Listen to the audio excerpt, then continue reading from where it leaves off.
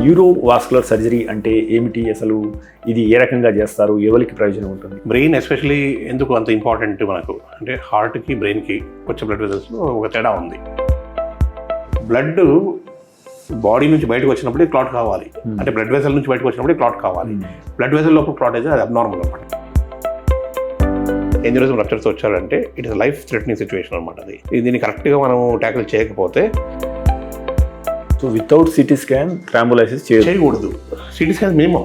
Stroke వచ్చింది, ఏదో 30% loss అయింది అనుకుందాం, మూవ్మెంట్ కానీ లెఫ్ట్ సైడ్ రైట్ సైడ్, అది రివర్సిబుల్ అవుతుందా? ఇక్కడ ఒకటి మనం గమనించాల్సింది ఏంటంటే మన లైఫ్ స్టైల్ చేంజెస్ వల్ల ఇంకా ఎన్నో 10 ఎక్కువ స్ట్రోక్స్ రావాలి. యాక్చువల్లీ ఎందుకు రావు అంటే ఆయనకు ఒకసారి స్ట్రోక్ వచ్చిందంటే మళ్ళీ స్ట్రోక్ వచ్చే అవకాశాలు ఉంటాయి. సో దాన్ని ప్రివెంట్ చేయాలి. ఇక్కడ మేము యూజువల్గా రిస్క్ ఫ్యాక్టర్స్ అంటాము. Some risk factors are getting stroke. Like Lucy అని ఒక మూవీ చూసినాం సార్, అందులో ఏంటి అంటే 100% బ్రెయిన్ వర్క్ చేస్తే వండర్స్ జరుగుతాయని చెప్పేసి. మనకు చింపాంజీకి డిఫరెన్స్ ఏముంది? ఆ ఇంటెలిజెన్స్లోనే కదా. So when we do exercise first 10 minutes to 15 minutes దాకా పెద్ద తేడా రాదు. Endorphins are those chemicals which release in the brain, which make you feel happy. And endorphins are stress busters అనమాట. When your stress is down, your brain can think much more. Okay. Endorphin increases your focus, your concentration. 40th minute లో peak అయిపోతుంది. It will maintain like that for the next 24 hours. The greatest function of the brain is memory. Elon Musk కొత్తగా ఈ Neuralink అని కొత్త project మొదలుపెట్టింది కదా. So సామాన్యులకు అర్థం కావడానికి అసలు న్యూరోలింక్ ప్రాజెక్ట్ అంటే ఏంటి, సో దానివల్ల ప్రయోజనాలు ఏంటి? ఇయర్లో సరిగా ఈ కాక్లియర్ ఫామ్ కాలేదు. ఒక ఇంటర్ఫేస్ అంటే ఒక కాక్లియర్ ఇంప్లాంట్ అనేది ఆర్టిఫిషియల్ పెడితే వాళ్ళకి వినపడుతుంది మళ్ళీ. సో అట్లా న్యూరల్ ఇంటర్ఫేసెస్ చేయొచ్చు. మన వెంట్రుకల్లో 100% that is biggest neuron. Okay. మన వెంట్రుకలో 10,000% 1/10,000 that is the smallest neuron.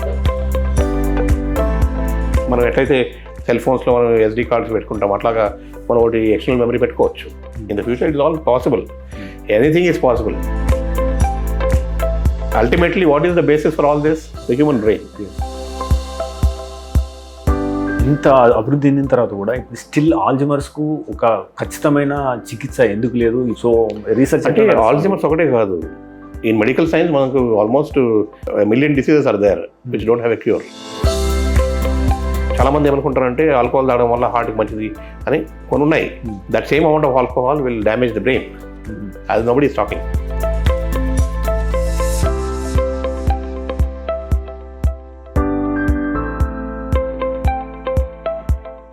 మీరు తీసుకునే అదే మందులు, అదే నాణ్యమైన మందులు, కానీ సగం ధరకే. అవును, మెడ్ప్లస్ బ్రాండ్స్ పై 50 to 80% తగ్గింది. Hi viewers, welcome to MedPlus one TV. ఈ రోజు మనం కేర్ హాస్పిటల్లో ఉన్నాం. మనతో ఉన్నారు ప్రముఖ న్యూరో సర్జన్ వెంకటేష్ ఎద్దుల గారు. సో ఈయన అడిగి అసలు న్యూరోలాజికల్ సమస్యలు ఎందుకు వస్తాయి, న్యూరోలాజికల్ సర్జరీస్లో ఎలాంటి విభాగాలు ఉంటాయి, సో ఈ మధ్య వచ్చిన ఆర్టిఫిషియల్ ఇంటెలిజెన్స్తో కానీ మిగతా టెక్నాలజీతో కానీ రానున్న రోజుల్లో రోబోటిక్స్ కానీ ఎట్లా కీలకమైన పాత్ర పోషించబోతున్నాయి ఈ న్యూరో సర్జరీ విభాగంలో అనే అంశాల మీద మనం సమగ్ర సమాచారం తెలుసుకునే ప్రయత్నం చేస్తాం. డాక్టర్ గారు నమస్తే అండి. నమస్కారం అండి. చిన్నప్పుడు కొంతమంది చదివేది ఏంటంటే మన మెదడులో చాలా తక్కువ 1-2-3% యూజ్ చేసుకుంటే మనకి ఇంత తెలివి వచ్చినది, ఓన్లీ ఐన్స్టీన్ మాత్రమే ఒక 5-6% యూజ్ చేసుకున్నాడు కాబట్టి ఆయన ఇంటెలెక్చువల్ అయినాడు సో అని చెప్పేసి కొద్దిగా చదువుకున్నాం. Is it true? It is true. రెండోది, మెదడులో న్యూరాన్స్ నువ్వు బాగా యాక్టివ్గా ఉండి ఇంటెలెక్చువాలిటీ పెరగడానికి కానీ లేదా ఎక్కువ యాక్టివ్ ఉండడానికి కానీ ఏమైనా ఎక్సర్సైజ్లు కానీ మెడికేషన్ కానీ లేకపోతే ఏమైనా రీసెర్చ్ కానీ ఏదైనా జరుగుతుందా? ఎందుకంటే ఇప్పుడు న్యూరాలింక్ లాంటి కంపెనీ వచ్చి చిప్లు పెట్టడం ఇలాంటి జరుగుతుంది కదా. సో ఈ తెలివి పెంచడానికి జ్ఞాపక శక్తి పెంచడానికి న్యూరాన్ బాగా యాక్టివ్ ఉంచడానికి ఆహారం విషయంలో కానీ మెడికేషన్ విషయంలో కానీ రీసెర్చ్ విషయంలో కానీ ఎలాంటి పరిశోధనలు వస్తున్నాయి? మెదడుని మనము ఇట్ ఈస్ అల్టిమేట్ ఆర్గన్ అనమాట. అంటే మనకు చింపాంజీకి డిఫరెన్స్ ఏముంది? ఆ ఇంటెలిజెన్స్లోనే కదా. So how we can make tools, how we can think, how we can plan, ఇవన్నీ కూడా హ్యూమన్ బీయింగ్స్కే ఉన్నాయి. మిగతా యానిమల్స్లో తక్కువ ఉంది అనమాట. సో మనకు we have got a very highly developed organ కూడా బ్రెయిన్. ఇప్పుడు ఈ బ్రెయిన్ని మనం డెఫినెట్గా యాజ్ యూ రైట్లీ సైడ్ మనం దీన్ని కాపాడుకోవాలి. ఎందుకంటే ఈ నరాలు అంటే న్యూరాన్స్ ప్లస్ దాంతోపాటు ఇంకోటి ఆస్ట్రోసైట్స్ అని ఉంటాయి. బ్రెయిన్ మెయిన్ ఇంపార్టెంట్ ఫంక్షన్ ఏంటి? To process information. Information process చేసే దాంట్లో పాలు పంచుకోదు, కానీ యాస్ట్రోసైట్ అనే సెల్ మనకి చాలా చాలా important. That is like a mother for the neuron. అది తన ఒళ్ళో పెట్టుకుంటుంది అనమాట న్యూరాన్స్ని.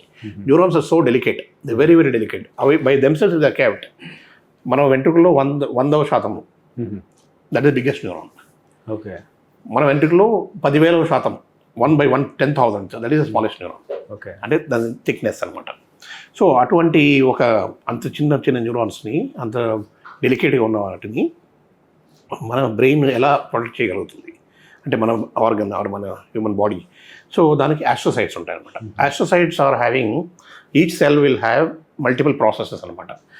And each neuron is being held by at least 100 astrocytes. 100 astrocytes ఒక న్యూరాన్ ఎలా పట్టుకుని ఉంటాయి. Okay. They are anchoring these neurons and protecting them. So these astrocytes are very very important also. Neurons maybe functionally మనకు బయటకు తెలుస్తుంటుంది information process చేస్తున్నాయి. Can astrocytes are doing a lot of job there, they protecting them. So రెండింటిని మనం protect చేయాలి. So ఇక్కడ మనం కనుక్కున్నది ఏంటంటే in the last maybe more than 100 years of human experience and also research, దీంట్లో మనకు తెలిసింది ఏంటంటే our brain will grow maximum up to the 5th year of our life. ఆ టైంలో మనకు ఒకాబులరీ అంటే మనం మాటలు నేర్చుకుంటాము, కమ్యూనికేషన్ నేర్చుకుంటాం, కమ్యూనికేషన్ స్కిల్స్ నేర్చుకుంటాం. ఈ ఫస్ట్ 5 yearsలో మాత్రము it will be rapid growth అనమాట. Like any part of the body, brain will be growing at immense speed. After 5 years it will stop growing in the sense it still grow but slow. Okay. So కొత్త కొత్త connections. If you're suppose మనం ఒక పాట వింటున్నామండి, ఎప్పుడు మనం ఈ పాటను విన్నాము in the past, we are not able to recollect that. మధ్యలో ఒక సెంటెన్స్ ఎక్కడో మనకు గుర్తొస్తుంది, అక్కడ నుంచి మనం స్టార్ట్ చేస్తే కూడా we will get back the entire song. This is called as the memory. So basically the greatest function of the brain is memory. Sphingomyelin అంటాం, ఒక ప్రోటీన్ అనమాట. బ్రెయిన్లో ఒక ప్రోటీన్ ఉంటుంది, that is one which is very very important, which maintains అంటే every neuron is having an insulation on top. అంటే electrical activity జరుగుతుంటుంది. Electrical activity కరెక్ట్గా ఫ్లో కావాలి అంటే ఇన్సులేషన్ చాలా ఇంపార్టెంట్, మైలిన్ షీత్ అంటాము. దీనికి protein is very very important. అందుకే యంగ్ అంటే when the child is very small, protein is very very important in the growing time, not only for other parts of the body but especially for the brain. ఇంకోటి విచిత్రమైన ఒకటి ఏంటంటే nature how it ప్రయారిటైజెస్ అంటే ఒకవేళ ఒక particular చైల్డ్కి సరిగ్గా protein అందలేదు అనుకోండి, స్టంటెడ్ గ్రోత్ వస్తుంది. స్టంటెడ్ గ్రోత్ అంటాం, అంటే హైట్ పెరగడు, వెయిట్ పెరగడు, కానీ brain will maintain itself. So body will direct all the resources to the brain. First priority బ్రెయిన్కి. ఆ బ్రెయిన్ మెయింటైన్ చేస్తుంది అనమాట. ఇఫ్ యూఆర్ అంటే ప్రోటీన్ ఎనర్జీ మ్యాల్న్యూట్రిషన్ అంటాం ఒకటి, protein energy malnutrition will be seeing in small kids, especially from poor background, ఇట్లాంటి వాళ్ళకి సరిగ్గా ఫుడ్ అందక, స్టార్వేషన్ ఇట్లాంటివి ఉంటారు కదా. We see that when the protein is even much lesser than what can be maintained to the brain, అప్పుడు వాళ్ళు stunted brain growth కూడా అయిపోతుంది. అందుకే న్యూట్రిషన్ ఎంత ఇంపార్టెంట్ అనేది అక్కడ తెలుస్తుంది మనకు. లైవ్ ఎగ్జాంపుల్స్ అనమాట, where people D not get proper nutrition, the brain do not grow well. అందుకే milk is one of the most important things for very young children, which gives దాంట్లో DHA అంటాము, కొన్ని amino acids ఉంటాయి. These are all very vital for the brain growth. So nutrition is definitely one thing. Second thing is exercise. Many people will think, చాలామంది ఏమనుకుంటారంటే exercise బాడీకి అనుకుంటారు, కాదు, exercise brain కూడా. మేము ఫాదర్ ఆఫ్ న్యూరో సర్జరీ అంటాం, Harvey Cushing అంటాము. ఆయనకు ఒక స్టూడెంట్ ఉండేవాడు, డాండీ అని, Walter Dandy. These 2 people they used to play tennis every morning. వాళ్ళ ఫోటోగ్రాఫ్స్ ఉన్నాయి, టెన్నిస్ ర్యాకెట్స్ టెన్నిస్ కోర్ట్లో ఉన్నట్టు అని. ఇప్పుడు 1910, 20, 25 ఆ టైంలో. సో కుషింగ్ హ్యాస్ రిటన్, అంటే ఒక న్యూరో సర్జన్ ఆ టైంలో ఏం రాస్తాడంటే, for a neuro surgeon to become good neuro surgeon he has to have a very good physical activity. ఆయనకి అప్పుడు ఆ రీసెర్చ్లో మనకు తెలియదు కానీ, but it's a fact actually. ఆయన with his own experience is written. కానీ ఏంటంటే when we do exercise, first 10 minutes to 15 minutes దాకా పెద్ద తేడా రాదు. As we cross 20-25 minutes, 30th minute cross అయిన తర్వాత it's a different feeling all together. మీరు if you go to a gym or if you walk, 30 నిమిషాలు walk చేసిన తర్వాత మీకు డిఫరెంట్ కైండ్ ఆఫ్ ఫీలింగ్ వస్తుంది. ఎందుకంటే బాడీలో ఎండార్ఫిన్స్ రిలీజ్ అవుతాయి. Endorphins are those chemicals which are released in the brain, which make you feel happy. And endorphins are stress busters anamata. When you do physical activity, it is the brain which is working more than the body. చాలా మంది తెలియదు ఇది. Brain is producing so many different kinds of hormones during the exercise. దాంట్లో one of the commonest and best and the most studied is endorphin. ఈ endorphin అనే ఒక chemical ఏదైతే release అవుతుందో, that is hormone, it's protein actually. That endorphin is a stress buster అనమాట. First thing, when your stress is down, your brain can think much more. Endorphin increases your focus, your concentration. 40th minute peak అయిపోతుంది. It will maintain like that for the next 24 hours. 12 hours వరకు almost అట్లాగే ఉంటుంది. ఆ తర్వాత స్లోగా fall అవుతుంది. మళ్ళీ when we go to sleep, it will come back to its zero level. మళ్ళీ నెక్స్ట్ డే మళ్ళీ మీరు వాక్ చేస్తే or you do some exercise, so this will maintain that next 12 hours will be very happy. It's a happy molecule, happiness molecule. It will also increase your focus, your concentration, your memories will become very strong అనమాట. The second thing అంటే nutrition and exercise. ఇది కాకుండా some mental puzzles, especially after we are grown ups, elderly people, ఇట్లాంటి వాళ్ళు mental puzzles చేసుకోవచ్చు. This will all keep your brain. ఒక theory ఉంది, any part of the body should work to its fullest capacity to keep it in good health. Work with full capacity. అంటే for example మన knee joint ఉంది, మన నీ జాయింట్ని మనం fold చేయకుండా avoid చేస్తూ ఉంటే ఇది ఫోల్డ్ కాదు తర్వాత. Okay, use it or lose it అని. అంతే, use it or lose it. Correct, you're right. Use and disuse theory అంటాము. You keep on using it. The more you use your brain, the better it is. ఆల్జీమర్స్కి వాళ్ళకి కూడా ఇప్పుడు ప్రస్తుతానికి మనం చెప్పేది ఏంటంటే, if you want avoid getting Alzheimer's, we say that you play chess every day. It is written, lot of studies. Chess ఆడితే Alzheimer's రాదు అని ఉంది. అఫ్ కోర్స్ కొన్ని జెనెటిక్ ఫ్యాక్టర్స్ ఉంటాయి. Still you may get it, but it will B delayed. Every new skill learned, brain will feel more happy. And it will provide more and more insights into yourself. అదనమాట. So research is very clear on that. The more you use your brain, the better it is. మనం ఎంత percent brain use చేస్తున్నాం sir యాక్చువల్గా? నార్మల్గా అది this estimate actually. మేము నార్మల్గా అనాటమికల్గా కూడా అండ్ ఫిజియాలజికల్గా బ్రెయిన్కి మనం ఏం చెప్తామంటే ఎలాక్వెంట్, నాన్ ఎలాక్వెంట్ ఏరియాస్ అని ఉంటాయి. Eloquent areas means like speech area, communications, speech. తర్వాత మోటార్ ఏరియా అంటాం, అంటే మూమెంట్స్కి వచ్చే నర్వ్స్. ఈ మోటార్ ఏరియా అని ఇక్కడ ఉంటుంది. Sensory area. ఇవన్నీ కాకుండా కూడా విజువల్ ఏరియా అని ఒకటి ఉంటుంది, విజువల్ కార్టెక్స్ అని. ఇక్కడ అంటే మనం చూసేది ఏం చూస్తున్నాం అనేది అది గుర్తిస్తుంది అనమాట. That part of the brain. Hearing area. కొన్ని ఏరియాస్ ఉన్నాయి which we don't know what is the function for that. Some of the areas we don't know the functions. So అటువంటి బ్రెయిన్ ఏరియాస్ని మనం నాన్ ఎలాక్వెంట్ ఏరియాస్ అంటాం. So non-eloquent areas, almost 60 to 70% of the brain are non-eloquent areas. We do not know their function, but they are there. A parts of it. ఇంకా మిగతా టైంలో ఏంటంటే, మనం ఇప్పుడు పుస్తకం చదువుతున్నాం అనుకోండి. పుస్తకం చదువుతున్నప్పుడు hour vision and our thought, language, understanding language, ఈ సెంటర్స్ మాత్రం వర్క్ చేస్తుంటాయి. ఓకే. సో దీన్ని మనం యూజువల్గా ఈ మధ్యకాలంలో ఫంక్షనల్ ఎంఆర్ఐస్ అని వచ్చాయి. సో ఫంక్షనల్ ఎంఆర్ఐలు ఏం చేస్తామంటే, మేము అతన్ని ఆస్క్ హిమ్ టు రీడ్. ఆయన చదువుతున్నప్పుడు ఏ ఏరియాస్ ఎక్కువ ఒక ఎఫ్డిజి డైని ఇంజెక్ట్ చేస్తామన్నమాట. అది ఫ్రక్టోస్. సో ఎక్కడైతే ఎక్కువ యాక్టివిటీ ఉందో బ్రెయిన్లో, అక్కడ అది పోయి కాన్సన్ట్రేట్ అవుతుంది. MRI will show which area పెరుగుతుంది అనమాట అక్కడ. దీస్ ఏరియాస్ ఆర్ వర్కింగ్ అని. So you take any activity, ఆ పర్టికులర్ ఏరియానే వర్క్ అవుతుంటుంది. మిగతా బ్రెయిన్ అంతా, this is called as energy conservation. Brain, because it requires highest amount of energy for each function, అదేం చేస్తుంటే మిగతా బ్రెయిన్ అంతా ఇట్ విల్ కీప్ క్వైట్. ఆ ఒక పార్ట్ పనిచేస్తుంటుంది. So but at the same time other people are just, other areas are just receiving the information. They are not doing anything. They know this fellow is reading, వీళ్ళు disturb చేయొద్దు, మిగతావన్నీ పడుకుంటాయి, క్వైట్గా ఉంటాయి. But they know what is happening. So I'm just giving example. So ఇలా ఉంటుంది అనమాట. బ్రెయిన్లో ఒక్కొక్క ఏరియా ఒక్కొక్క రకంగా పనిచేస్తుంటుంది.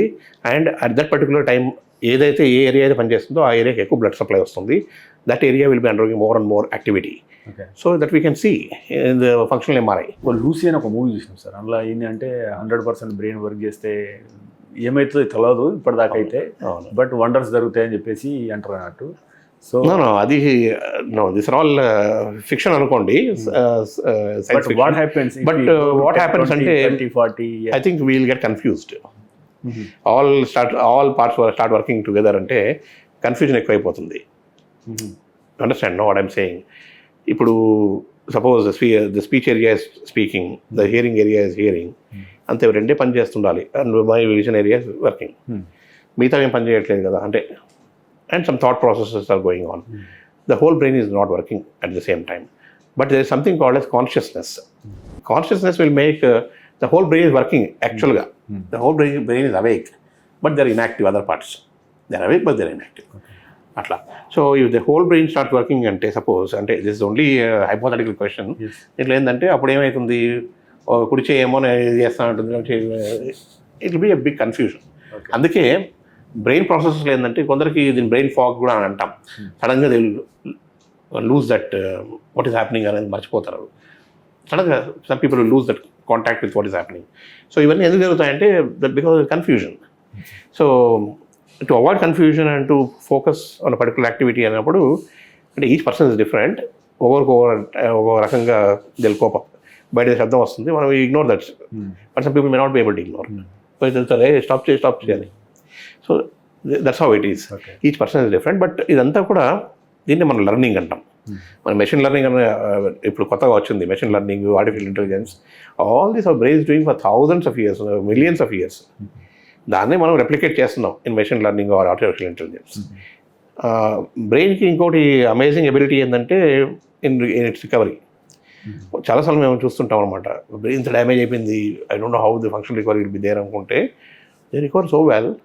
అండ్ యాక్చువల్గా నాకు కానీ క్లోజ్ ఫ్యామిలీ మెంబర్స్ మాత్రమే తెలుసుంటుంది, ఇది ఒక సర్జరీ జరిగింది, అంత సీరియస్గా ఉన్నాడు, వెంటిలేటర్ మీద ఉన్నాడు, ఇప్పుడు is going back to work, even his colleagues cannot recognise ఇవన్నీ అయినాయని. అంత brain has immense abilities to heal itself also. మేము డాక్టర్స్ ఏం చేస్తామంటే we only supported to heal itself. అంటే ఏ పార్ట్కి కానీ మనం doctors only support that part to heal itself. So dementia, Alzheimer's కేసులు పెరుగుతున్నాయి కదా, so is there any proven అంటే దీనివల్ల ఆల్జిమర్స్ను డిమెన్షియా వచ్చిందని చెప్పడానికి ఏమన్నా ప్రూవెన్ లేదు. సో కొంతమంది అల్యూమినియం కానీ అంటారు, కొంతమంది స్మోకింగ్ కానీ, ఆల్కహాల్ కానీ. So is there any 100% reason is there? అంటే డిమెన్షియాలో మేము అదే చెప్తున్నాం, డీజనరేటివ్ అంటాం. ఆల్జిమర్స్ని డీజనరేటివ్ డిమెన్షియా అంటాం. అంటే బ్రెయిన్ ఇస్ డీజనరేటింగ్, అంటే బ్రెయిన్ సెల్స్ డ్యామేజ్ అయిపోయి డీజనరేట్ అయిపోతుంది. So this degenerative dementias separate అనమాట. వాస్కులేటివ్ డిమెన్షియాస్ ఉంటాయి కొన్ని, బ్లడ్ వెజల్స్లో కొన్ని ప్రాబ్లమ్స్ ఉండి దానివల్ల చిన్న అక్కడక్కడ చిన్న ఇన్ఫాక్ట్స్ అయిపోయి, అంటే ఇన్ఫాక్ట్స్ అంటే బ్రెయిన్ డ్యామేజ్ అవుతూ, అది దాన్ని కూడా అంటాం. ఆల్కహాల్ డిమెన్షియా ఉంది ఇంకోటి. ఆల్కహాల్ ఎక్కువ తాగే వాళ్ళకి కూడా ఆల్కహాల్, చాలామంది ఏమనుకుంటారంటే ఆల్కహాల్ తాగడం వల్ల హార్ట్కి మంచిది అని కొన్ని ఉన్నాయి. అవన్నీ to my knowledge there all studies done only with respect to the heart. What is happen to the brain ఎవరు స్టడీ చేయలేదు. That same amount of alcohol will damage the brain, as nobody is talking. In fact, the organ which gets affected maximum is brain. Alcohol తాగగానే దూడుతుంటాడు కదా, because the brain affected only. He cannot think properly. He cannot control himself. ఇవన్నీ alcohol వల్ల because the brain. So logically speaking, everybody should have done a study what is alcohol doing to the brain, not to the heart. Correct? Anyway, now we know that alcohol can cause dementia. Alcoholic dementia is known. And alcohol ఎక్కువ తాగే వాళ్ళలో brain damage అయిపోయి dementia వస్తుంది.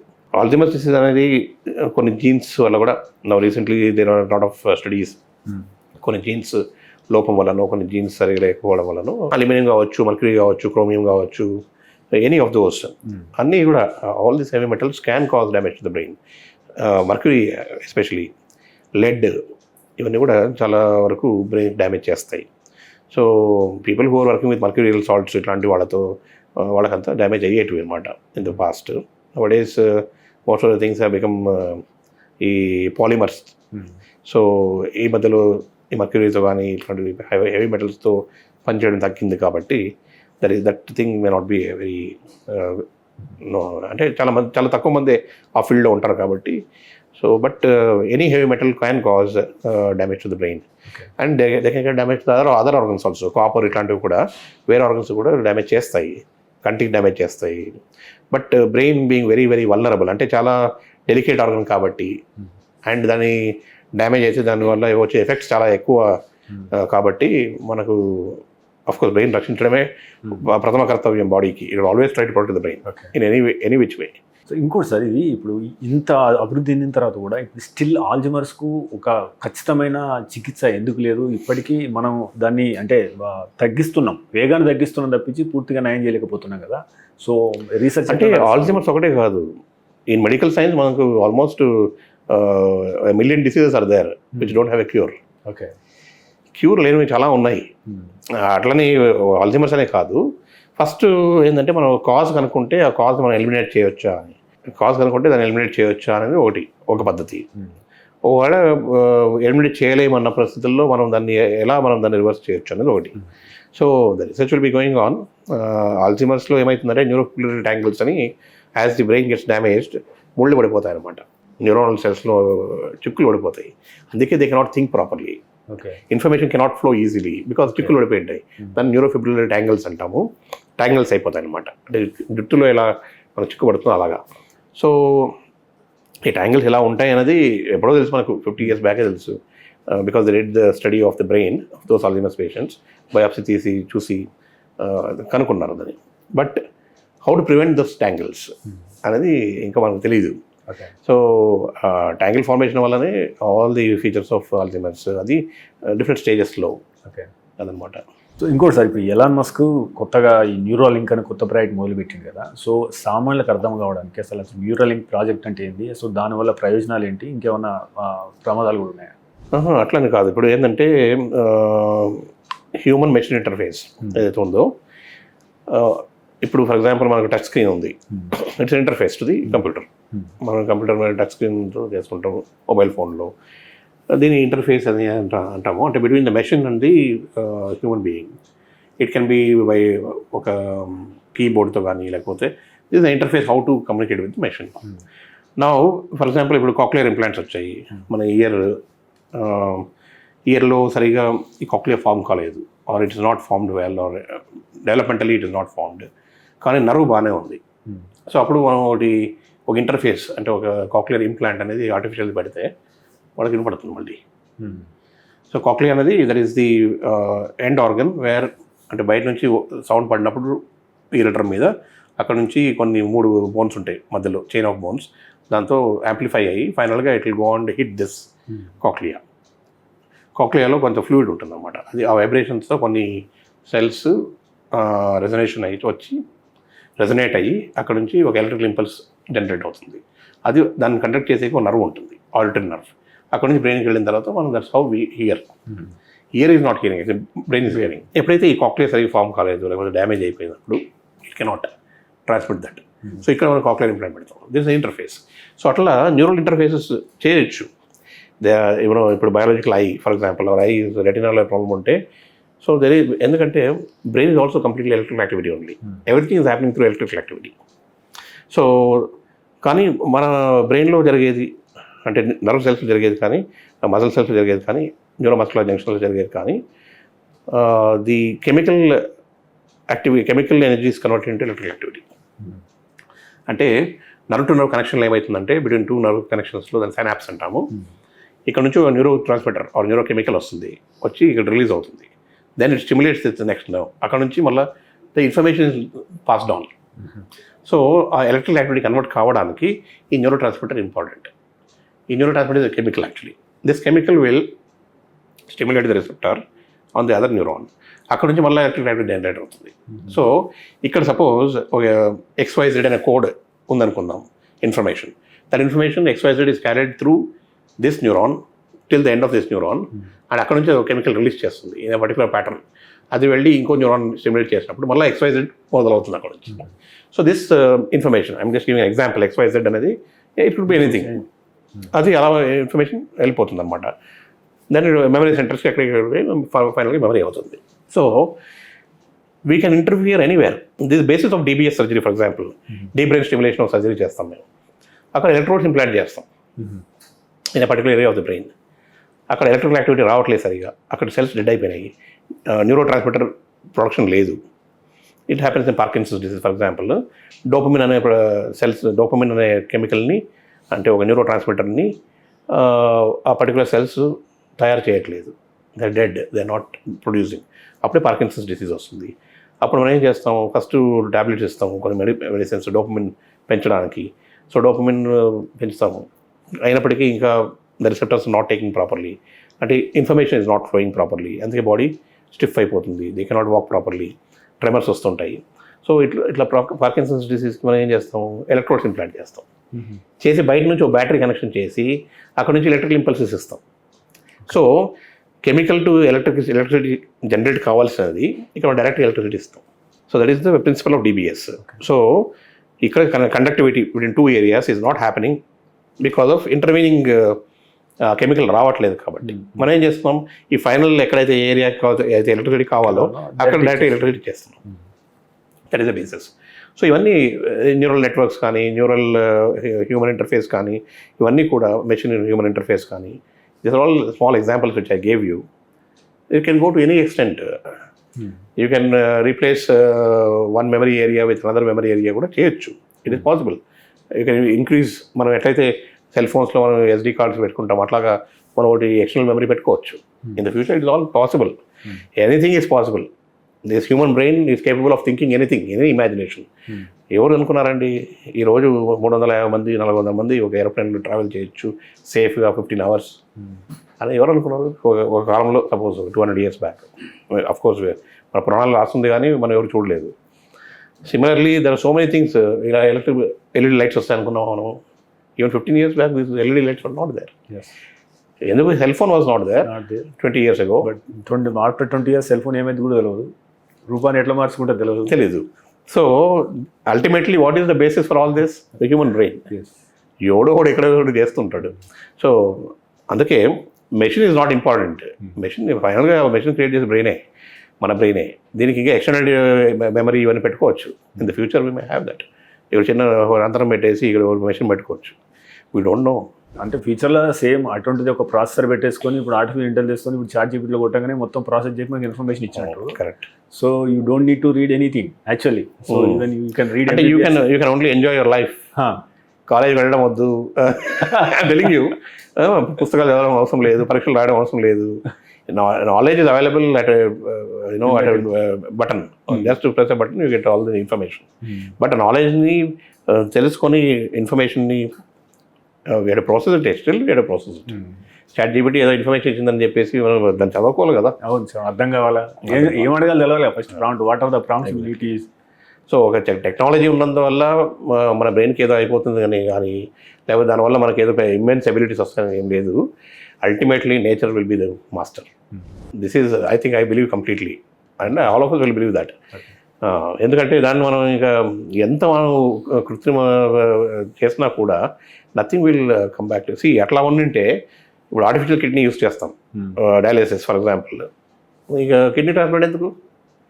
Because artificial kidney cannot do the work of the kidney, it only does part of the work. అందుకే similar liver transplant చేసేకి ఈ లివర్ని మార్పిడి చేయాలనుకుంటే లివర్ కిడ్నీకి ఎట్లా ఆర్టిఫిషియల్ కిడ్నీ ఉందో అట్లా లివర్కి లేదు కదా. ఆర్టిఫిషియల్ లివర్ ఎక్కడ ఉంది? సో ఇవన్నీ ఉంటాయి చాలా. There are lot of things. Basically ఏంటంటే బ్రెయిన్ ఎంత కాంప్లెక్స్ ఉందంటే దాని గురించి అర్థం చేసుకోవడానికి రోజు మేము బ్రెయిన్ ఇట్లా ఓపెన్ చేసి చూస్తుంటాం లోపల. కానీ ఒక చిన్న ఎగ్జాంపుల్ ఇస్తాను నేను. స్పీచ్ ఏరియా ఉందండి. All people who are right handed అంటే రైట్ హ్యాండ్ డామినెన్స్ అంటాం. ఎంతమంది? 90% ఉంటారా? అంతే. 100 మందిలో 90 మంది రైట్ హ్యాండెడ్ ఉంటారు, 10 members or even less, maybe 92% maybe right handed. If you take a particular sample, 92% right hand ఉంటారు, 8% లెఫ్ట్ హ్యాండ్ ఉంటారు. సో రైట్ హ్యాండ్ డామినెన్స్ ఉండే వాళ్ళలో speech is on the left side. This is as per rule. We all thought that it is like that nearly about 50 years ago also. Then we realized even left-handed people will have left-sided speech area. Almost 90% of left-handers will also have left-sided speech area. And a very small fraction of people will have speech area on the right side. So this is the basis of what a test called WADA test antam. WADA, WADA test.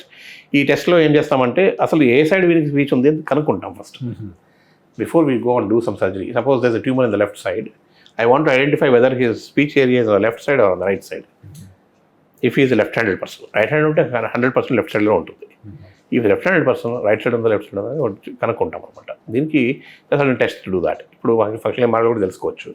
So if the speech area is not there on the left side for him, it's all in the right side, I'll go all out and remove the tumor fully. అదే ఒకవేళ speech area ఇక్కడ ఉందనుకోండి, నేను speech mapping చేసుకుంటా during surgery. There is technology, దాన్ని బట్టి speech area ఎక్కడ ఉందని మనం మ్యాప్ చేస్తాం అనమాట డ్యూరింగ్ ది సర్జరీ. ఆ ఏరియాను వదిలేసి మిగతా ఏరియా నుంచి వెళ్ళి తీస్తాం ట్యూమర్ని. Will keep that intact. మీరు తీసుకునే అదే మందులు, అదే నాణ్యమైన మందులు, కానీ సగం ధరకే. అవును, మెడ్+ బ్రాండ్స్ పై 50 to 80% తగ్గింపు. ఈ న్యూరోవాస్కులర్ సర్జరీ అంటే ఏమిటి అసలు? ఇది ఏ రకంగా చేస్తారు? ఎవరికి ప్రయోజనం ఉంటుంది? బ్రెయిన్కి చాలా ఎక్కువ బ్లడ్ సప్లై ఉంటుందన్నమాట. అంటే రక్త ప్రసరణ బ్రెయిన్కి ఎక్కువ ఉండడం వల్ల రక్తనాళాల్లో ఎక్కువగా బ్లడ్ ఫ్లో అవుతూ ఉంటుంది. సో బ్లడ్ వెసల్స్లో కూడా ఎక్కువ చేంజెస్ వస్తూ ఉంటాయి. అంటే blood is flowing at high pressures కాబట్టి బ్లడ్ వెసల్ లోపల వాల్స్లో చేంజెస్ వస్తుంటాయి, like any other part of the body. Brain especially ఎందుకు అంత ఇంపార్టెంట్ మనకు అంటే, హార్ట్కి బ్రెయిన్కి వచ్చే బ్లడ్ వెసల్స్లో ఒక తేడా ఉంది. హార్ట్కి వచ్చే బ్లడ్ వెసల్స్కి మూడు పొరలు ఉంటాయి. బ్రెయిన్కి వచ్చే బ్లడ్ వెసల్ 2 పొరలే ఉంటాయి. Outer layer is not there, it's deficient. Any part of the బాడీలో 3 పొరలు ఉంటాయి. దాన్ని ఇంటిమా అంటాం, ఇంటర్నల్, మీడియా అంటాం, middle, and adventitia outside. బ్రెయిన్లో 2 పొరలు ఉండడం వల్ల అది ఎందుకు అలా ఉంటుంది అంటే, బ్రెయిన్కి ఎక్కువ బ్లడ్ సప్లై అవసరం ఉన్నప్పుడు they can nicely dilate. Blood vessel అలా ఉబ్బిపోయి it can allow more blood to flow into the brain. When it is not required, easily it can come back to its normal position. అంటే stretchability ఎక్కువ ఉంటుంది okay brain వెసల్స్లో. At the same time ఈ వెసల్స్కి మనం bypass కానీ చేయడము ఇట్లాంటివి చేయాలంటే ఇంకా చాలా డెలికేట్గా ఉంటుంది సర్జరీ. ఎందుకంటే మనకు అవుటర్ లేయర్ లేదు కాబట్టి స్టిచెస్ పట్టుకోవడము it will be little difficult, but we do that. Bypass surgeries కూడా చేస్తాం బ్రెయిన్లో. సో బేసిక్లీ న్యూరోవాస్కులర్ సర్జరీ అంటే whatever surgeries we are doing, అంటే ఆ రక్తనాళాల మీద చేసిన సర్జరీస్, దాన్ని మనము న్యూరోవాస్కులర్ సర్జరీ అంటాం. ఎస్పెషలీ బ్రెయిన్కి ఒక 5 to 6 minutes, 4 to 5 minutes blood supply తగ్గిపోతే ఇస్కిమియా అంటాము. ఇస్కిమియా తర్వాత ఇన్ఫాక్ట్ అంటాం, అంటే stroke. For example blood supply 4 to 5 minutes తగ్గిపోయినప్పుడు చాలు బ్రెయిన్ కణాలు, న్యూరాన్స్ చచ్చిపోతాయి అన్నమాట. సో అందుకోసం బ్రెయిన్కి బ్లడ్ సప్లై ప్రిజర్వ్ చేయడము ఇది చాలా చాలా utmost important. Other organs can be transplanted, brain cannot be transplanted as on today at least. So brain cells are called permanent cells. They cannot regenerate, they cannot reproduce, and so బ్రెయిన్లో healing will be in different way. కొత్త connections form అవుతాయి, కానీ ఈ cells which are damage or which are dead మళ్ళీ అవి ఉత్పత్తి కావాలన్నమాట. అదే స్కిన్ అనుకోండి, లివర్ అనుకోండి, మళ్ళీ కొత్త సెల్స్ వస్తాయి. ఇక్కడ కొత్త సెల్స్ వచ్చే ఛాన్సెస్ లేవు. As on today there is nothing which can make the cells to reproduce again. So అందువల్ల brain becomes a very vital organ. అంటే అది ఇంకొక అద్భుతమైన విషయం ఏంటంటే, బ్రెయిన్ అదర్ ఆర్గన్స్, ఇప్పుడు ఫర్ ఎగ్జాంపుల్ కిడ్నీ ఉంది, upper pole of the kidney, lower pole of the kidney, middle of the kidney, ఎక్కడ చూసినా ఫంక్షన్ ఏమో అదే. It will do the same function. It will do the waste removal, acid base balance, ఇవి maintain చేస్తుంటుంది kidney. కానీ బ్రెయిన్లో అలా కాదు. బ్రెయిన్లో ప్రతి పార్ట్ వేరే వేరే పని చేస్తుంది అనమాట. So left side of the brain సపరేట్గా డిఫరెంట్గా పనిచేస్తుంది, రైట్ సైడ్ బ్రెయిన్ డిఫరెంట్గా పనిచేస్తుంది అనమాట. సపోజ్ లెఫ్ట్ సైడ్లో మనకు స్పీచ్ ఏరియాస్ ఉంటాయి, రైట్ సైడ్లో అబ్స్ట్రాక్ట్ థింకింగ్ అంటాం, అట్లాంటి ఏరియాస్ ఉంటాయి. Each area different. Left side of the brain controls the right side of the body ఇట్లా. So coming to this question of neurovascular surgery, ఈ రక్తనాళాల మీద మనము ఆపరేషన్ చేయడమే దాన్ని మనం న్యూరోవాస్కులర్ సర్జరీ అంటాం.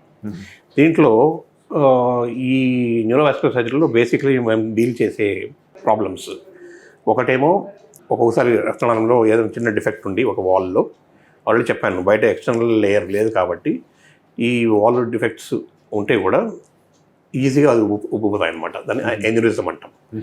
కానీ అది పుట్టుకతోనే ఎన్నో లక్షల రక్తనాళాలు డెవలప్ అవుతూ ఉంటాయి when we are in the mother's womb. ఆ టైంలో ఎక్కడో ఒక చోట చిన్న ఒక పిన్ పాయింట్ సైజ్లో ఒక చిన్న డిఫెక్ట్ ఉండిపోయింది అనుకోండి, బ్లడ్ వెసల్స్ ఆర్ ఫార్మింగ్. ఆ డిఫెక్ట్ ఉండడం వల్ల ఏమవుతుందంటే బ్లడ్ ఫ్లో అవుతున్నప్పుడు అది అలా బల్జ్ అవుతూ పోతుంది అనమాట. It cannot sustain the pressure. So ఒక 30 years, 40 years, 50 years ఏజ్లో ఇది అలా ఉబ్బిపోయి రప్చర్ అయ్యి బ్లీడింగ్ అవుతుంది. దీన్ని మనము ఎన్యూరిజం అంటాం. ఎన్యూరిజం అంటే మనం ఒక బ్లడ్ వెసల్లో ఒక చిన్న డిఫెక్ట్ ఉండడం వల్ల బ్లడ్ ఫ్లో వెళుతున్నప్పుడు అది అలా ఉబ్బిపోయి అలా ఉబ్బుతూ మనం బలూన్ ఎలా ఊపుతూ ఉంటే ఆఫ్టర్ సర్టన్ లెవెల్ బర్స్ట్ అయిపోతుంది. అలాగనే ఇది కూడా బర్స్ట్ అవుతుంది అనమాట. For some people it will happen after 50 years, some people 60 years, some people will be living with that without knowing. అలా కూడా ఉంటుంది. ప్రతి ఎన్యూరిజం కూడా బర్స్ట్ కావాలని లేదు, బట్ అది ఉంటే there is a chance that it will burst. So burst అయినప్పుడు ఏమవుతుందంటే దాన్ని సబరక్నాయిడ్ హెమరేజ్ అంటాము. ఫస్ట్ వార్నింగ్ బ్లీడ్ ఉంటుందన్నమాట. చిన్నగా హెమరేజ్ అవుతుంది, దానివల్ల severe headache, life's worst headache అంటాం, అట్లాంటి హెడేక్ వస్తుందన్నమాట. సో అక్కడ మనం ఏం చేస్తాము, ఈ ఫస్ట్ ఒక సిటీ స్కాన్ చేసి హెమరేజ్ అని తెలుసుకొని, ఆ తర్వాత సిటీ యాంజియోగ్రామ్ చేసి ఏన్యూరిజం అని తెలుసుకున్న తర్వాత దానికి 2 రకాల పద్ధతుల్లో మనము ట్రీట్మెంట్ ఇవ్వచ్చు. ఒకటేమో క్లిప్పింగ్ అంటాం.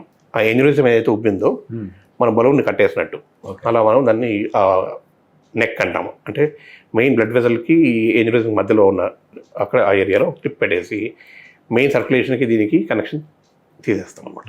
అప్పుడు ఇంకా బ్లడ్ దాంట్లోకి ఫ్లో కాదు కాబట్టి బ్లీడింగ్ అయ్యే ఛాన్సెస్ ఉండదు. సో ఈ క్లిప్ పెట్టిన చోట స్లోగా అక్కడ హీలింగ్ అయిపోతుంది. ఈ స్టాండర్డ్ ట్రీట్మెంట్ లాస్ట్ ఒక 70 to 80 yearsలో చాలా అడ్వాన్సెస్ అయినాయి న్యూరోవాస్కులర్ సర్జరీలో. One of those advances is micro neuro surgery where we do aneurysm clippings. This is one method. Second method is కొన్ని చోట్ల ఏమవుతుందంటే చాలా ఎల్డర్లీ పీపుల్ ఉంటారు, 70 years 75 years, మల్టిపుల్ కోమార్బిడిటీస్ అంటే హార్ట్ ప్రాబ్లమ్స్ ఉంటాయి, కిడ్నీ ప్రాబ్లమ్స్ ఉంటాయి, liver problems ఉంటాయి, diabetes, hypertension. ఇది ఎందుకంటే మేజర్ సర్జరీ అనమాట. న్యూరో సర్జరీలో aneurysm clipping is considered to be the pinnacle. ఇంకా అది ఆ సర్జరీ చేసిన neuro surgeon he is one of the best అని అర్థం. అంత డిఫికల్ట్ సర్జరీస్ అనమాట ఇవి. సో ప్లస్ దాంట్లో అన్ప్రెడిక్టబిలిటీ చాలా ఉంటాయి. డ్యూరింగ్ సర్జరీ రప్చర్ అవ్వకపోవడము, సెకండ్ రప్చర్ అయిందంటే almost death is very common అనమాట ఇన్ దోస్ సర్జరీస్. సో అందువల్ల there is a second procedure which developed in the last 30-40 yearsలో. ఆ సెకండ్ ప్రొసీజర్ ఏంటి అంటే ఎండోవాస్కులర్ ప్రొసీజర్ అంటాం. జస్ట్ లైక్ హార్ట్కి ఎలా స్టెంట్ చేస్తారో అలాగే ఇక్కడ మన ఫీమరల్ ఆర్టరీ అంటే మన థై నుంచి ఒక క్యాథెటర్ పైకి పంపించి ఇంటూ ద బ్రెయిన్. ఇది ఒక రోడ్ లాగా అనమాట. అంటే రక్తం ఎలా ఫ్లో అవుతుందో అలా మన క్యాథెటర్ కూడా అలాగే వెళ్తుంది. ఎక్కడైతే ఏన్యూరిజం ఉందో అక్కడికి వెళ్ళిన తర్వాత మైక్రో క్యాథెటర్ ఇంకో క్యాథెటర్ని ఇంట్రడ్యూస్ చేసి ఒక కాయిల్ని చేస్తాం అనమాట. ఈ శాక్ ఏదైతే ఏన్యూరిజం బల్జ్ అయిందో దానిలో మొత్తం ఒక కాయిల్ నింపేస్తాం అనమాట. నింపేసిన తర్వాత ఆ కాయిల్ మధ్యలో అంతా బ్లడ్ క్లాట్ అయిపోయి అది క్లోజ్ అయిపోతుంది. So this is the second method. So people who are not very fit for surgery, major surgery, అట్లాంటి వాళ్ళకు this is a very good procedure, endovascular procedure అంటాము. ఈవెన్ అదర్వైజ్ ఆల్సో కొన్ని చోట్ల కొన్ని చాలా డెలికేట్ ఏరియాస్లో in the brain surgical risk is very high అనుకున్నప్పుడు endovascular approach is done. Endovascular అంటే త్రూ ద బ్లడ్ వెసల్. ఈ ఎండోవాస్కులర్ అప్రోచ్లో కూడా complications wise almost surgery and endovascular ప్రొసీజర్లో రెండు ఆల్మోస్ట్ సిమిలర్గా ఉంటాయి. Because we are treating the same disease. పద్ధతులు వేరు కానీ డిసీజ్ సేమ్ కాబట్టి ఆల్మోస్ట్ ద రిస్క్స్ ఇన్వాల్వ్డ్ అన్నీ నియర్లీ సిమిలర్గా ఉంటాయి. కొన్ని చోట్ల సర్జరీ ఈజ్ బెటర్, కొన్ని చోట్ల ఎండోవాస్కులర్ ప్రొసీజర్ ఈజ్ బెటర్. కొన్ని ఏన్యూరిజమ్స్ ఏంటంటే నెక్ అంటాం. నెక్ అనేది ఎక్కడైతే కనెక్షన్ ఉంటుందో అది చాలా వైడ్గా ఉందనుకోండి, surgery is better. Where it is very small neck, అక్కడ మన కాయిల్ పెడితే అక్కడ ఉండిపోతుంది కాబట్టి endovascular procedure is better. So it all depends. So every patient ఒక ఏన్యూరిజం రప్చర్తో వచ్చారంటే it is life threatening situation అనమాట. అది దీన్ని కరెక్ట్గా మనం ట్యాకిల్ చేయకపోతే ఈవెన్ డెత్ క్యాన్ హ్యాపన్. అంత సీరియస్ కండిషన్ అది. సో ఏన్యూరిజం రప్చర్స్లో ఏంటంటే nearly 70% of the patients don't reach the hospital. Second rupture అయిందంటే ఇంక అంతే. So those people who come to the hospital, ఈ 30% పేషెంట్స్ని మనము అందరినీ ఆల్మోస్ట్ 90% పీపుల్ని we can save them. Technology we use the microscopes, ఇవన్నీ చాలా operative microscopes, micro neuro surgery when we're doing. అంత చేసిన తర్వాత ఏం చేస్తామంటే ఐసీజీ అని ఒకటి ఉంటుంది, ఇంట్రా ఆపరేటివ్ యాంజియోగ్రామ్ చేస్తాం అనమాట. చేసి అది పూర్తిగా క్లోజ్ అయిందా లేదా చూసుకుంటాం. We test on the table during surgery it self. ఆ తర్వాత వీల్ క్లోజ్. అలాగే ఈ ఎండోవాస్కులర్ ప్రొసీజర్ చేసేటప్పుడు మళ్ళీ డై ఇంజెక్ట్ చేసి చూసుకుంటాం ఇట్స్ క్లోజ్డ్ ఆర్ నాట్ అని. సో అంత కన్ఫర్మ్ చేసుకున్న తర్వాతనే మనం బయటకు వస్తాం అనమాట. So usually this is very high risk disease, but luckily it is not that common. Okay but when it happens మనం సరైన ఒక సెంటర్కి వెళ్తే where this facility is available. మంచి క్యాత్ ల్యాబ్ ఉండాలి, తర్వాత experts who can do the DSA and who can do the procedures, endovascular procedures ఉండాలి. Surgeons who can do this procedure should be there, who have got experience in doing this procedure ఉంటే అటువంటి సెంటర్లో you get good results. ఎందుకంటే continues చేస్తూనే ఉంటారు కాబట్టి. ఇది this is about neurovascular surgery. Second aneurysm కాకుండా ఇంకోటి ఏవిఎమ్స్ అంటాం. ఏవిఎమ్స్ అంటే ఆర్టరీవెనస్ మాల్ఫర్మేషన్స్. ఇక్కడ ఏమవుతుందంటే ఆర్టరీస్ వెయిన్స్ మధ్యలో కనెక్షన్స్ ఉంటాయన్నమాట. ఇది కూడా కంజెనిటల్, అంటే at the time of birth itself, when we are in the mother's womb, multiple blood vessels are forming. అప్పుడు మనం వూమ్లో ఉన్నప్పుడు ఏంటంటే మంచి రక్తనాళాలు చెడు రక్తనాళాలు టుగెదర్ దే విల్ డెవలప్. అది lot of communication between them. ఎందుకంటే అమ్మ కడుపులో ఉన్నప్పుడు మనకు లంగ్స్ అవసరం లేదు, బికాస్ డైరెక్ట్గా ఆక్సిజన్ అవన్నీ డిఫ్యూజన్ ద్వారానే వెళ్తుంటాయి అనమాట through the placenta, from the mother to the foetus. ఎప్పుడైతే మనం as we are coming to the term full grown baby బయటికి రావాలన్నప్పుడు అప్పుడు ఏమైతాయి, ఆర్టరీస్ వెయిన్స్ మధ్యలో ఉన్న కనెక్షన్స్ అన్ని క్లోజ్ అయిపోతాయి.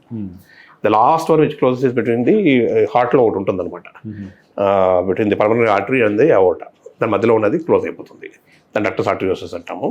సో ఫస్ట్ బ్రెత్ తీసుకున్నప్పుడు అది కూడా క్లోజ్ అయిపోతుంది. సో అల్టిమేట్లీ ఏమైపోతుందంటే ఆల్ ఆర్టరీస్ అంటే మంచి రక్తనాళాలు, ఆల్ వెయిన్స్ చెడు రక్తనాలు అన్నీ సపరేట్ అయిపోతాయి. 10,000 మందిలో ఒకరికి ఎక్కడో చోట బాడీలో ఈ కనెక్షన్ మిగిలిపోతుంది.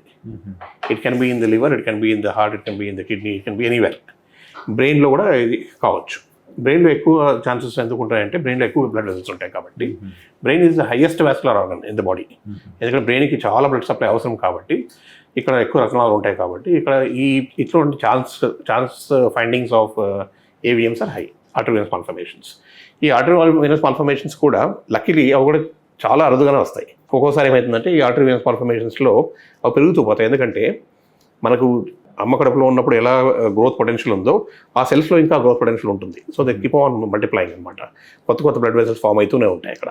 అవి ఒక గడ్డలాగా తయారైపోతుంది, రక్తనాళాల గడ్డ. సో దానికి ఒక ఆర్టరీ నుంచి ఒక కనెక్షన్ ఉంటుంది, వెయిన్ నుంచి ఒక కనెక్షన్ ఉంటుంది, మధ్యలో అది ఉంటుంది. సో దీన్ని ఒకసారి ఏమవుతుందంటే ఆ బ్లడ్ ఫ్లో అవుతూ దాన్ని హైపర్ డైనమిక్ సర్క్యులేషన్ అంటాం. కంటిన్యూస్ అక్కడే రొటేషన్ అవుతూనే ఉంటుంది, ఆర్టరీ టు వెయిన్ మళ్ళీ ఇక్కడ నుంచి ఈ ఏవిఎంలో. సో దానివల్ల ఏమైపోతుందంటే దాంట్లో ప్రెషర్ ఎక్కువ ఉండి ఒకసారి రప్చర్ అవుతుంది అనమాట. కొన్ని బ్లడ్ వెసల్స్ కొత్తగా ఫామ్ అయినవి న్యూవాస్కులర్ ఫార్మేషన్స్ అంటాము, అవి రప్చర్ అయిపోయి బ్లీడింగ్ అవుతుంది. So patient will come with brain haemorrhage, కానీ అండర్లైన్ ప్రాబ్లం ఇది ఉంటుంది. సో దాన్ని మేము again with angiogram, city angiogram, తర్వాత డిఎస్ఏ, డీటెయిల్ సబ్ట్రాక్షన్ యాంజియోగ్రఫీ ఇది కనుక్కున్న తర్వాత దీనికి కూడా 2 పద్ధతులు ఉన్నాయి. అగైన్ ఆపరేటివ్ ప్రొసీజర్ ఒకటి ఉంది, సర్జికల్ ఓపెన్ చేసి, other one is endovascular procedure. So రెండు సైమల్టేనియస్గా ఒకసారి if this AVM is very big అంటే సైజ్ని బట్టి కూడా ఉంటుందన్నమాట. చిన్న ఏవిఎమ్స్ జస్ట్ బ్లీడ్ అయినాయి, ఎక్కువ చిన్న బ్లీడింగ్ అయింది, చాలాసార్లు అవే మూసుకుపోతాయి అనమాట. ఒకసారి బ్లీడ్ అయిన తర్వాత క్లాట్ అయిపోయి మూసుకుపోతాయి. సో అట్లాంటి దానికి సర్జరీ చేయం. సో దీని క్రైటీరియా అనమాట, స్పెషలిస్ట్ క్రైటీరియా అంటుందండి. ఆ క్రైటీరియాని బట్టి ఎవరు సర్జరీ చేయాలి, దాంట్లో గ్రేడ్స్ ఉంటాయి 1, 2, 3, 4, 5 అని. గ్రేడ్ 3 తర్వాత ఉన్న వాళ్ళకి చేస్తాం సర్జరీ. సో సర్జరీ చేసి if it is in very deep seated area, brain stem area అట్లాంటి చోట ఉంటే even this endovascular procedure also is good. దాంట్లో ఏం చేస్తారంటే మనం catheter will go all up to the ఆర్టరీలో వెళ్తుంది. ఎక్కడి నుంచి అయితే ఆర్టరియల్ కమ్యూనికేషన్ ఉంటుందో అక్కడ నుంచి మనం ఒక ఎంబోలస్ ఇచ్చేసి, అంటే కొన్ని పీవీసీ పార్టికల్స్ ఇలా ఉంటాయి, అవి దాంట్లో ఇంజెక్ట్ చేసిన తర్వాత అక్కడ క్లాట్ ఫామ్ అయిపోయి బ్లీడింగ్ ఆగిపోతుంది, అక్కడ ఏవిఎం కూడా క్లోజ్ అయిపోతుంది. ఇంకోటి సర్జికల్గా మేము వెళ్ళి ఆ హెమటోమా అంటే ఏదైతే బ్లీడింగ్ అయితే క్లాట్ అంతా తీసేసి ఈ ఏవిఎంని ఈ గడ్డను కూడా తీసేస్తాం. అది సర్జికల్ ప్రొసీజర్. 2 ప్రొసీజర్స్ ఉన్నాయి. దీంట్లో ఇంకో 3వ పద్ధతి కూడా ఉంది. చిన్న ఏవిఎమ్స్ ఉంటే ఒకసారి స్టీరియోటాక్టిక్ రేడియో సర్జరీ అంటాము. దీంతో ఏంటంటే రేడియేషన్ మెషిన్లో ఇది కరెక్ట్గా దాన్ని ఫోకస్ చేసి ఆ లీజన్కి ఏదైతే ఏవిఎం ఉంటుందో దానికి మనము రేడియేషన్ ఇస్తాం అనమాట. ఇచ్చిన తర్వాత అది అలా స్ట్రింక్ అయిపోయి క్లోజ్ అయిపోతుంది. So they are different methods ఇప్పుడు. ఎందుకంటే సేఫ్టీ ఫస్ట్ అంటాం, న్యూరో సర్జరీలో ఫస్ట్ ఇస్ సేఫ్టీ. పేషెంట్ సేఫ్గా, ఎందుకంటే just all high risk procedures, high risk diseases కాబట్టి safety of the patient is first. కాబట్టి మేము when we're having 3 options, suppose ఒకటి సర్జికల్ ఆప్షన్ ఉంది, ఒకటి ఎండోవాస్కులర్ ఆపరేషన్ ఆప్షన్ ఉంది, ఇంకోటి స్టీరియోటాక్టిక్ రేడియో సర్జరీ ఆప్షన్ ఉంది.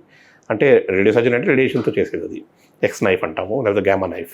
సో ఇది చేసేటప్పుడు మనం ఏం చేస్తామంటే పేషెంట్కి what is the lesion, what is the risk అన్నీ అసెస్ చేసిన తర్వాత which is the best procedure అని మేము డిసైడ్ చేసిన తర్వాత for that particular patient, young patient అనుకోండి surgery is the best. Elderly పీపుల్కి way to go for probably endovascular or something, or deep seated లీజన్స్కి endovascular will be better than surgical, because surgery is very risky. అట్లాంటప్పుడు endovascular procedure చేయొచ్చు. 2 కాదనుకున్నప్పుడు we can go for stereotactic radio surgery. So ఇది మేము different specialists we all come together, discuss about that particular patient. Okay ఈయనకి ఇట్లా చేస్తే better. So many times endovascular people will say, sir ఇది మీరు చేసేయండి, it is better for him, because if you do surgery it is better, you can remove the entire thing అని.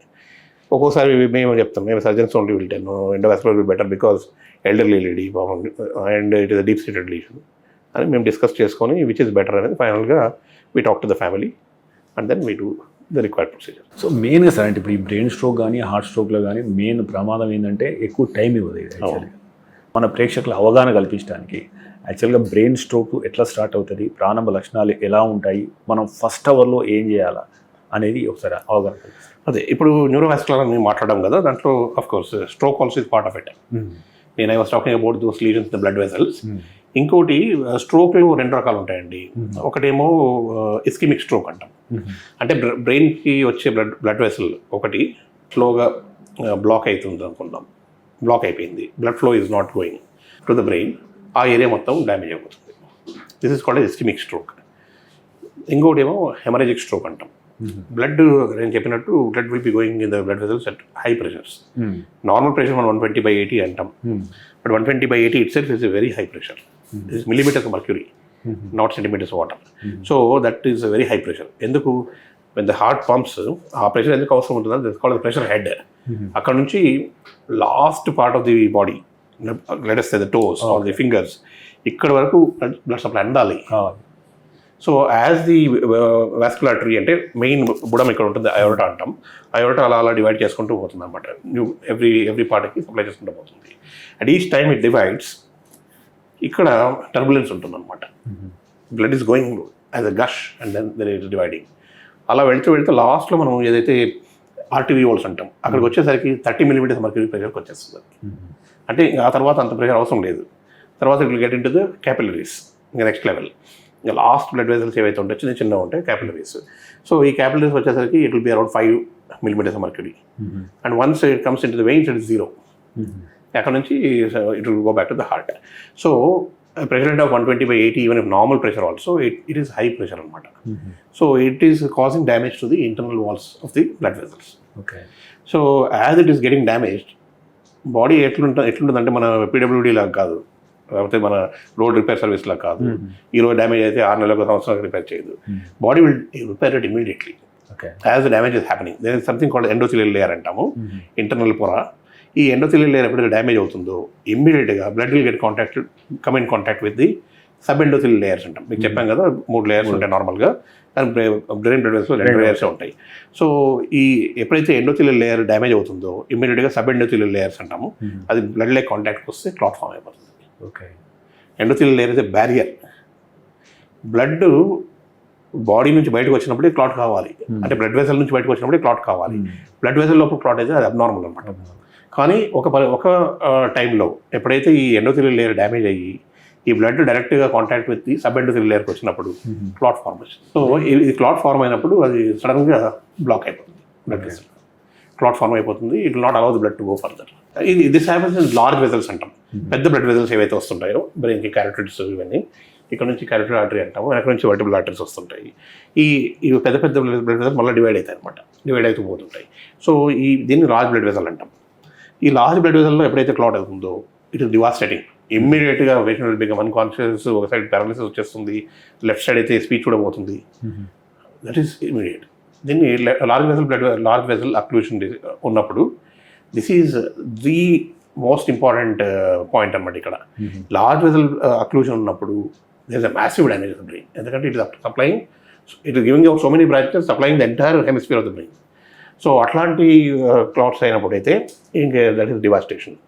దీనికి in the last 25-30 years LVO అంటాం, large vessel occlusion. దీనికి we are always thinking that always large vessel occlusion ఉంటేనే better, ఎందుకంటే we can immediately reverse it. Reversal is possible in this. చిన్న blood vessels ఎక్కడో block అయితే దాన్ని రివర్సల్ చేయలేము. పెద్ద బ్లడ్ వెసల్కి we have a very good procedure where we can reverse this. అంటే క్లాట్ మనం డిజాల్వ్ చేసేయచ్చు, but that should happen early. ఎందుకంటే నేను మీకు చెప్పినట్టు 5 minutes బ్లడ్ సప్లై ఆగిపోయిందంటే బ్రెయిన్ సెల్స్ పర్మనెంట్ డ్యామేజ్ అయ్యే ఛాన్సెస్ ఉంటాయి, డెత్ అయ్యే ఛాన్సెస్ ఉంటాయి.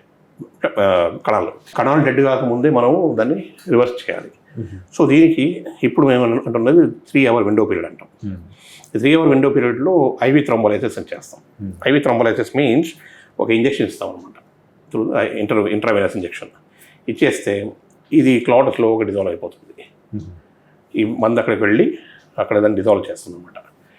ఇది ఎప్పుడైతే దీని థ్రాంబోలైసిస్ ఉంది, థ్రాంబోసిస్ అంటే clot formation in the blood vessel. బయట ఫామ్ అయితే క్లాట్ అంటాము, లోపల ఫామ్ అయితే వెసల్ ఫామ్ అయితే థ్రాంబోసిస్ అంటాం. ఈ థ్రాంబస్ని కరిగించేదే థ్రాంబోలైసిస్. లైసిస్ అంటే దాన్ని డిజాల్వ్ చేయడం. సో ఇది చేసినప్పుడు చాలాసార్లు మళ్ళీ బ్లడ్ సప్లై ఏర్పడి then slowly patient will come back to normal. We have seen patients improving almost 100%. Okay, just థ్రాంబోలైసిస్తో. ఎందుకంటే లార్జ్ బ్లడ్ వెసల్ అక్లూషన్ ఉంటే ఇట్ రివర్సెస్ వెరీ వెల్. ఒక్కోసారి ఏమవుతుందంటే ఎక్కడో పెరిఫెరీలో దూరంలో where there is no good centre nearby అట్లాంటి చోట స్ట్రోక్ వచ్చింది, or nearby people D not recognise that, or they went late to the hospital, 3 hours దాటిన తర్వాత వెళ్ళారు. సో ఇక్కడ ఏంటంటే డాక్టర్ సపోజ్ 4 hours వెళ్ళారనుకోండి, అప్పుడు doctor has to decide. Sometimes we still do the thrombolysis taking little risk because benefits are huge. Reversal అయిపోతుంది కదా. So అందుకోసం so up to 4 hours 4.5 hours కూడా చేసిన రోజులు ఉన్నాయి. అంటే we don't do on a regular basis, but we decide based on so many parameters. Okay, ఈయన చేయొచ్చు 4 hours కూడా అని. సపోజ్ ఇంకా ఎక్కువ టైం అయిపోయింది అనుకుందాం, still there is a possibility of reversal. We can take the patient to the cath lab, put a catheter and take it up to the clot. అక్కడ మనం క్లాట్ బస్టర్ చేయవచ్చు, అక్కడ చేయొచ్చు. That we can do up to 8 hours.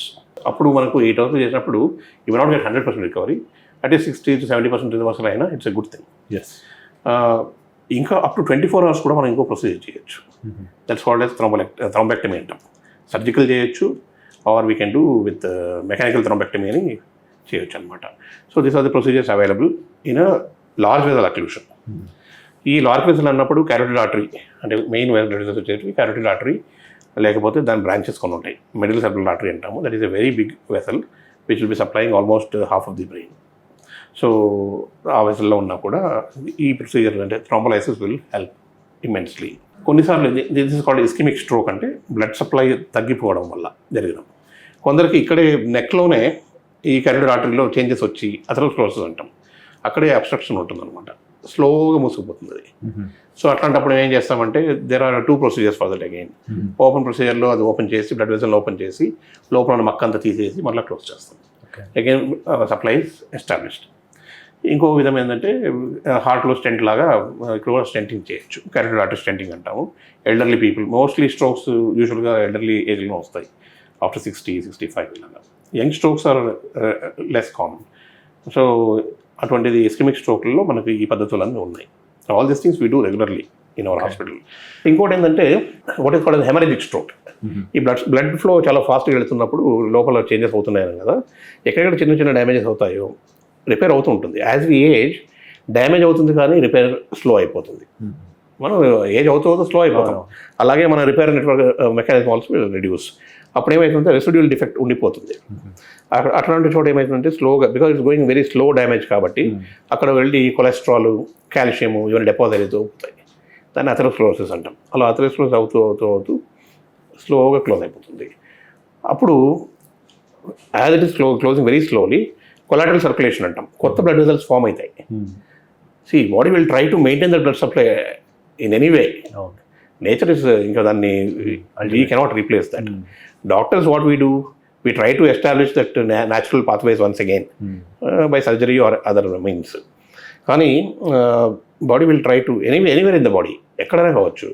ఒక blood vessel స్లోగా close అవుతుందంటే దాన్ని bypass చేసుకుంటూ కొత్త బ్లడ్ వెసల్స్ మొలుస్తాయి అనమాట. అంటే దే రియలీ ఫార్మ్ నియోవాస్కులరైజేషన్. అప్పుడు ఈ కొలాటరల్ సర్క్యులేషన్ ఉంటుంది. చాలాసార్లు మేము ఒక పేషెంట్ చూస్తాము, మొత్తం క్యారోటిడ్ బ్లాక్ ఉంటుంది కానీ పేషెంట్ నార్మల్గా ఉంటాడు. ఎందుకు ఇలా నార్మల్గా ఉన్నాడు అంటే ఇవే కొలాటరల్ సర్క్యులేషన్ ఉంటుంది అనమాట, ఎస్టాబ్లిష్డ్. ఇంకోటి ఏంటంటే బ్రెయిన్లో ఒక స్పెషల్ సిస్టమ్ ఉంది, సర్కిల్ ఆఫ్ విల్లిస్ అని. Right side blood vessels, left side blood vessels అన్నీ కూడా కింద మన బేస్ ఆఫ్ ది బ్రెయిన్లో అడుగు భాగంలో అన్నీ కలుస్తాయి అనమాట. అట్లా కోడ్ కనెక్షన్ ఉంటాయి. సో ఒక సైడ్ స్లోగా బ్లాక్ అయితే there is a possibility that blood supply can come from the other side. So అలా ఉంటుంది కాబట్టి అందుకే బ్రెయిన్కి ఇన్ని చెక్స్ బ్యాలెన్సెస్ అన్నీ ఉన్నాయి. There so many protective mechanisms ఉన్నాయి. అందువల్లనే of course stroke is very devastating and very bad. But still మన లైఫ్ స్టైల్ చేంజెస్ వల్ల ఇంకా ఎన్నో 10 ఎక్కువ స్ట్రోక్స్ రావాలి యాక్చువల్లీ. ఎందుకు రావు అంటే nature is trying to prevent it కంటిన్యూస్గా. కొత్త బ్లడ్ వెసల్స్ వస్తుంటాయి, ఆపోజిట్ సైడ్ నుంచి బ్లడ్ ఫ్లో వస్తుంటుంది.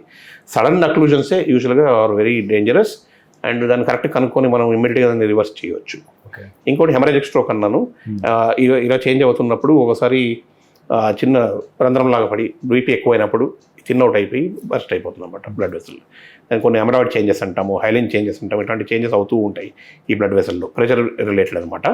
సో అక్కడ బ్లడ్ వెసల్ చాలా వీక్ అయిపోయి అక్కడ బస్ట్ అయిపోయి దాన్ని హెమరేజిక్ స్ట్రోక్ అంటాం. ఇక్కడ ఏంటంటే చిన్న చిన్న హెమరేజెస్ అయితే మేము కన్సర్వేటివ్ మేనేజ్మెంట్ అంటే మెడిసిన్స్తోనే ట్రీట్ చేస్తాం. దానికి క్లాట్ బస్టర్ ఇవ్వకూడదు. అందుకే first CT scan is very important.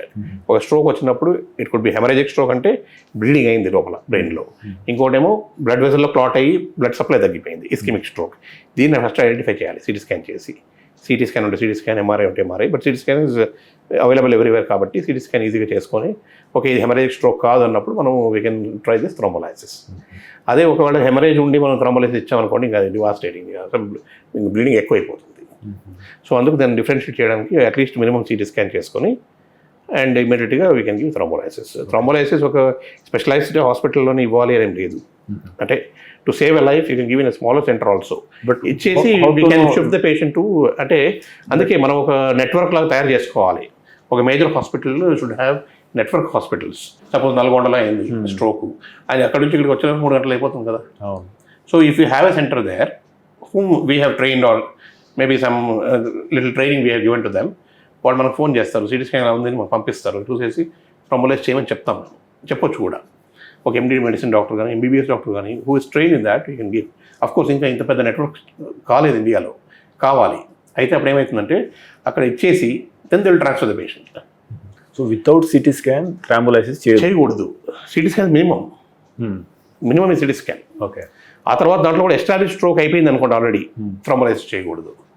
Establish stroke అంటే సిటీ స్కాన్ మనకు బ్లాక్ కనబడిపోతుంది అనమాట. ఆల్రెడీ స్ట్రోక్ ఎస్టాబ్లిష్ అయిపోయింది, దీన్ని థ్రోంబోలైసిస్ చేసేస్తే దెన్ రీపర్ఫ్యూజన్ ఇంజరీ అంటాం.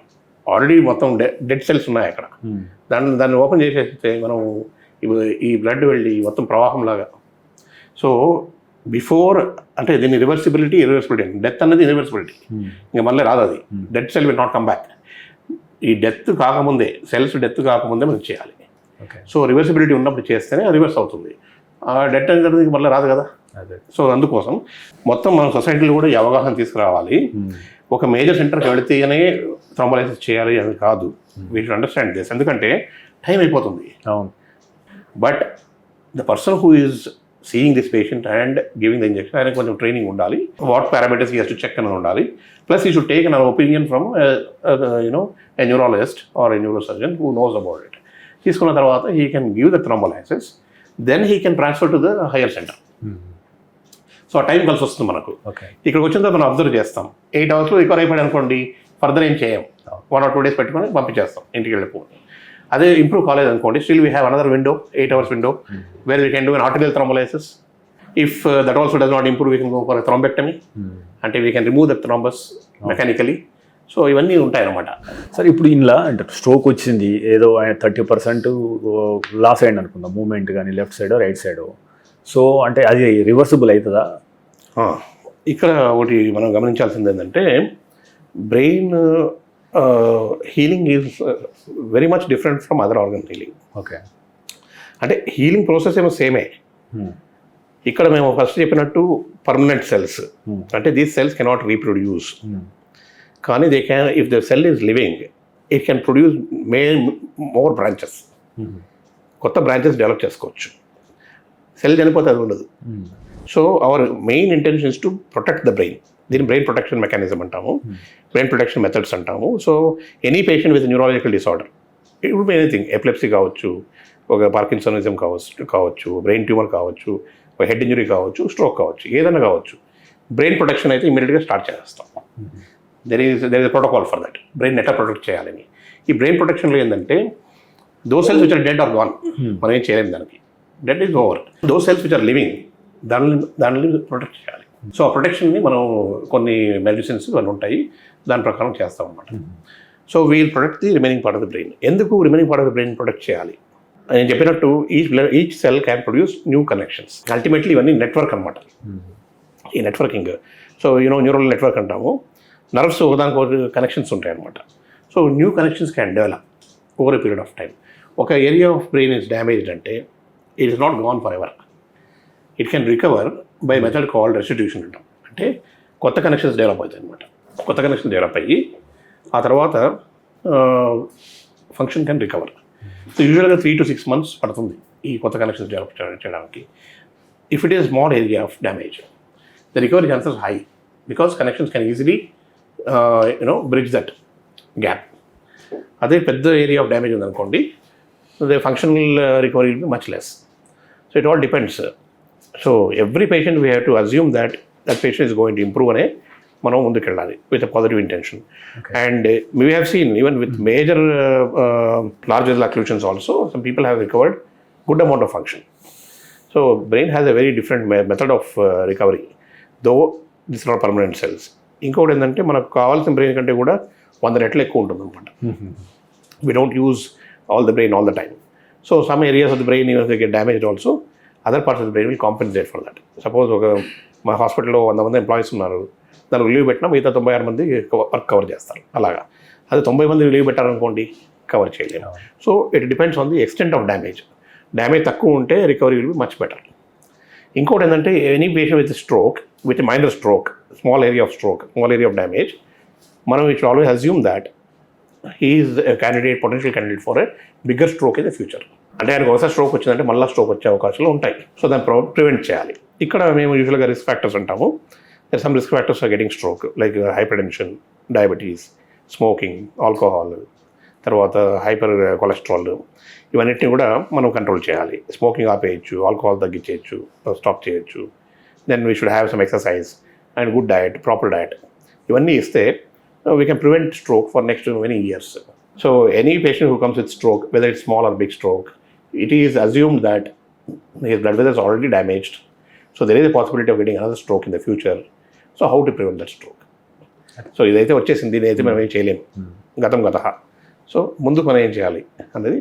So we have to work on 2 ways. ఒకటేమో రిహాబిలిటేషన్, అంటే పేషెంట్ డ్యామేజ్ అయిన పార్ట్ బ్రెయిన్, తర్వాత దాని ఫంక్షన్ రీగెయిన్ చేయడానికి కోసము, తర్వాత he has to come in to functional recovery as a productive member of the society. అది కూడా ఇంపార్టెంటే. He may be the breadwinner for the family. If he improves maximum extent, ఏదో ఒక పని చేసుకొని జీవనోపాధి కల్పించుకోవచ్చు. That is one aspect. Damage అయిన పార్ట్ని మనం రిహాబిలిటేషన్ ద్వారా we'll try to get the patient back on his feet and to some extent into some employment also. That is the final goal. అదొకటే కాకుండా ఫ్యూచర్లో మరలా ఎటువంటి స్ట్రోక్ రాకుండా కాపాడాలి. That is second one.